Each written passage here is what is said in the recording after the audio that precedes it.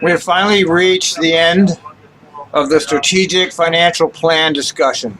And the board is going to discuss this among themselves now. They're going to make comments, etc. And as I watched this, I was exactly right. This is the big kahuna for these people, is this strategic plan they're coming up with. This is their big plan.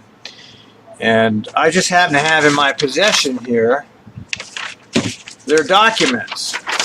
I'm going to discuss these documents at the end of this presentation.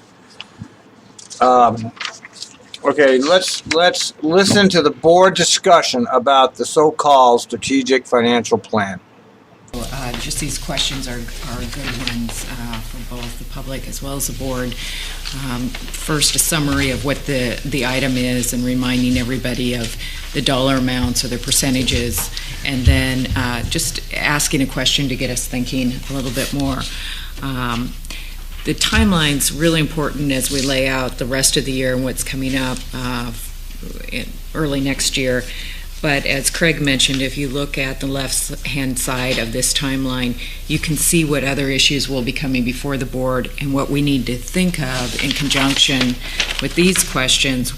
Some of the other big items, fair policy, transfer policy, things we've already been talking about. And of course, most important is our service restoration and how we can do all of that, but keeping all these other things in mind. So we feel this is important. We've really wanted to dedicate time at each board briefing or meeting to get feedback from all parties. So we're starting that today. Wonderful. You hear Warner? He's like, wonderful, wonderful. Okay, Warner, it's wonderful. We believe you. I bet you there might be some comments or thoughts here. Right. Is any down this end? Upset. One of my friends. No. I'm sure you have one or two. Director Stovall, I know you have some comments. Okay, sleepy Dr. Bethel, no comments there. Nothing to say. Well, no, it's just, of course, there are some comments. You know, as I look at the questions, I think the questions are the perfect questions that we need to be dealing with. So I applaud both of your guys' efforts and anybody else that worked on this to get us this information. It's so succinct and so, I think, so provocative in regards to how do we start to address the issues that are in front of us. You know, this is more of a comment than a question, just because every time I came up with a question, I just looked at the document and, you know, the answer or the question was there to answer my question. So I'm confident that as we step through this process, based on these questions and based on these highlighted items, we'll get to where we need to get with a plan that gets us to the overall goal of a sustainable system that serves all the needs of all of our stakeholders, riders, employers, all of the folks that really have an interest in seeing this succeed by answering these questions. Now, I just wish the answers were actually as easy to review as the questions. I know they're not. We're going to struggle with a lot of competing items that folks will want and competing interest. But again, I applaud your guys' efforts in putting this together, because this is, I think, very succinct but also very comprehensive. And I just look forward to seeing how we step through some of these difficult competing concepts with operations and service, but then also looking at our long-term obligations, which again are highlighted down in number 4 and number 5. Those are some tough questions to deal with and look at, but essentially we have to have those discussions and conversations, and we have to have those discussions and conversations with the public, you know, with our riders, also, you know, with our team members, our operators, and the ATU, to ensure that we have this comprehensive discussion to get to the ultimate answer of long-term sustainability. So again, thank you.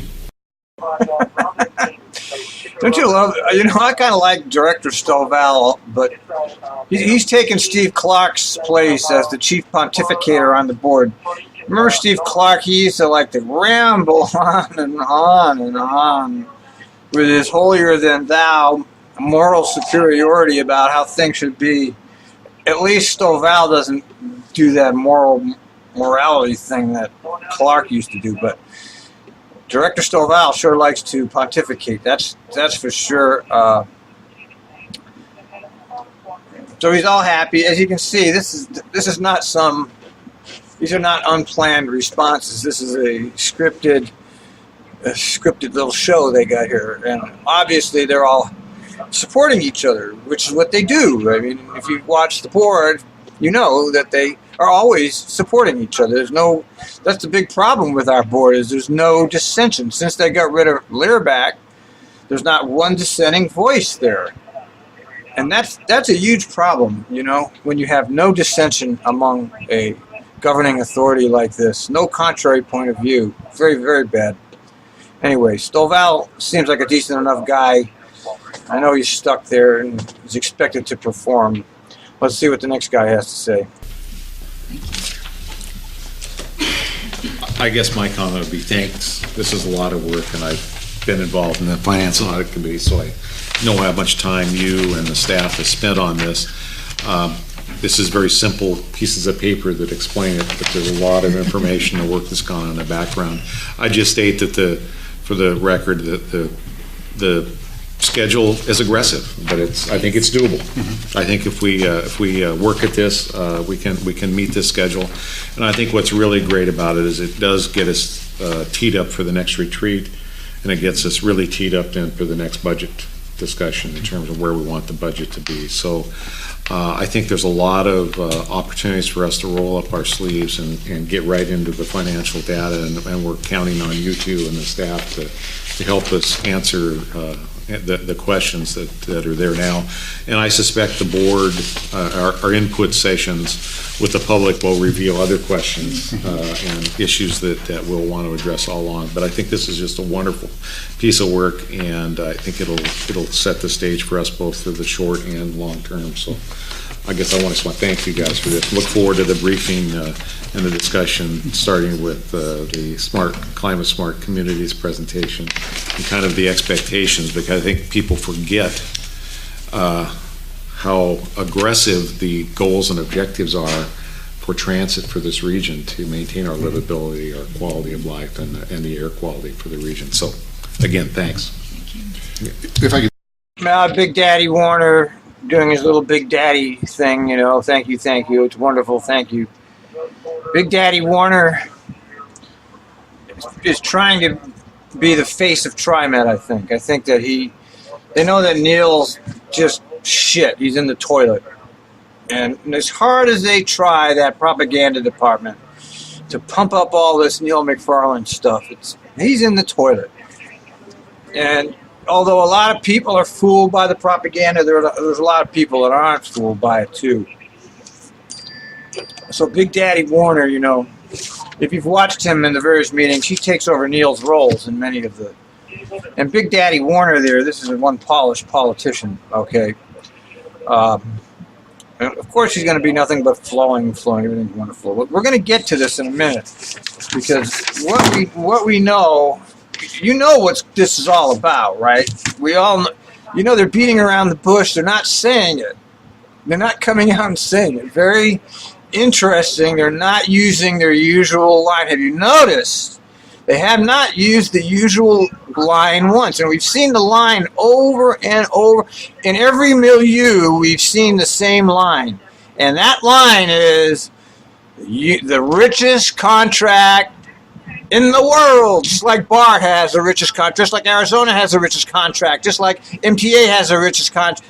The same exact language. And even Ireland today, the Irish bus drivers are on strike for the exact same reason that we would go on strike, or that BART would go.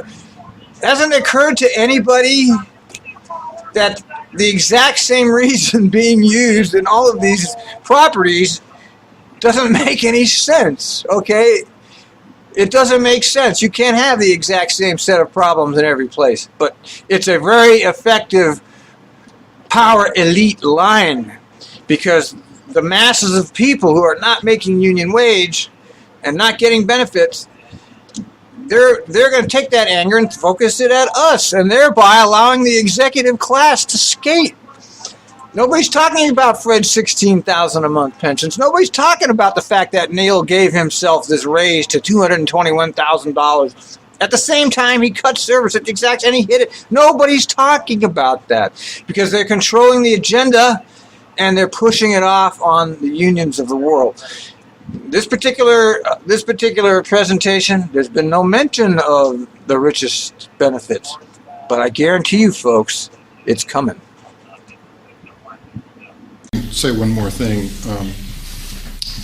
I don't want anybody to walk out of here with the impression that, okay, come November 27th, we adopt the plan and we're done. Because we're not. This plan, if we put this together and it ends up as something sitting on the shelf, we will have failed, hugely. What I really see, this has to be a living document, and so we're going to be coming back to this every year. Before we get into the budget process. And certainly, we'll be updating the financial forecast, that has to be done every year, but we will come back, we'll tweak as necessary, we'll make changes. There's going to be bumps in the road, there's going to be hiccups, we know that. But if we turn this into a living document, then I think it will really help us as we move toward the future in providing the kind of service that our customers want and deserve and that our region needs. I'm really feeling very optimistic and hopeful about this effort. So. All righty. Anything else? Thank you again. Really appreciate this work today. It's been just a wonderful. That Prosser is a very interesting man. Very soft-spoken, but he always knows what to say. Have you noticed that? He's very quiet. He looks very innocent, too. I mean, like that picture with him with that dog. It's just great picture you got there. Very, very skilled. Both him and Warner, don't forget, spent their whole lives dealing with this kind of shit, okay? And they're very polished at it.